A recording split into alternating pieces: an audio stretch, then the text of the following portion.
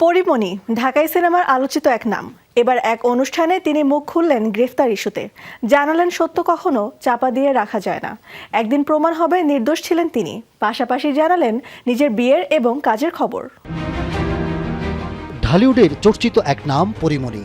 রূপ লাবণ্য অভিনয়ে মুগ্ধ করেছেন তার ভক্তদের, উপহার দিয়েছেন মানসম্পন্ন অনেক সিনেমা। ব্যক্তিজীবন নিয়েও আলোচনায় থাকেন এই চিত্রনায়িকা। এবার মুখ খুললেন গ্রেপ্তার হওয়া নিয়ে। জানালেন আইনের প্রতি শ্রদ্ধাশীল তিনি, নির্দোষ হওয়াতেও গ্রেপ্তার করা হয়েছিল তাকে।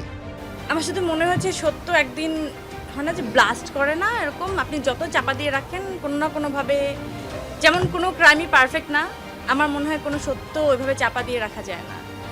ওই একটা জিনিসের উপর বিশ্বাস করে কিন্তু 6 বছর পরে দেখেন কোনো ফোর্স নেই, আমি জিজ্ঞেস করিনি বা কেউ বন্দুক তাক করে তাকে জিজ্ঞেস করেনি। যে মানুষটা আমাকে অ্যারেস্ট করলো আমি মানুষই বলবো, তাকে আমি মানুষই বলবো, কারণ সে মানুষ হয়েই কথাটা বলেছে। আমি আইনের উপরে বিশ্বাসী, যতদিন টাইম লাগে যেভাবে লাগে, যত বছর ধরে আজিরা দিতে হয় ভাই তত বছর ধরে দিব। তারপরও আমি আইনের উপরে বিশ্বাস রাখি যে কোনো না কোনো একদিন, যে যেভাবে এভাবে সামনে আসছে যে আমরা তাকে খুব ভুলভালভাবে অ্যারেস্ট করছিলাম, শুধু খালি অ্যারেস্ট করছিলাম, যেভাবে সামনে আসছে আপনাদের সবার সামনে, আমার মনে হয় আদালতও সেই সম্মানটা দিয়ে আমাকে ফেরত দিবে। নিজের বিয়ে নিয়েও কথা বলেন এই অভিনেত্রী। জানান সবাই তাকে সিঙ্গেল দেখতে চায়। তবে কি বিয়ের পিঁড়িতে বসছেন না পরীমণি? আমি যদি আমার ভাইয়ের সাথেও ছবি দেই সেখানেও গালি খাই। তো আমাকে কোনো পুরুষের সাথেই মানুষ দেখতে চায় না, আমাকে সিঙ্গেল দেখতে চায়, আমার বাচ্চাদের সাথে দেখতে চায়। এইটা কোন আনন্দ আমি এটা জানি না। ছেলে যদি আমার বাপ সমতুল্য হয়ে তারপরে যদি বলে চলো তোমার একটা বিয়ে দিয়ে দিই, আমি তো একটা বিয়ে করছি, তুমি একা একা কেন থাকবা, চলো বিয়ে দিয়ে দিই, তো আমি তো ওকে ফাইন চলো। হাতে আছে গোলাপ সিনেমা। কিছুদিন আগে সংবাদ সম্মেলনে জানা গিয়েছিল শাস্তি নামের একটি সিনেমায় অভিনয় করবেন পরী। কোন পর্যায়ে আছে কাজ?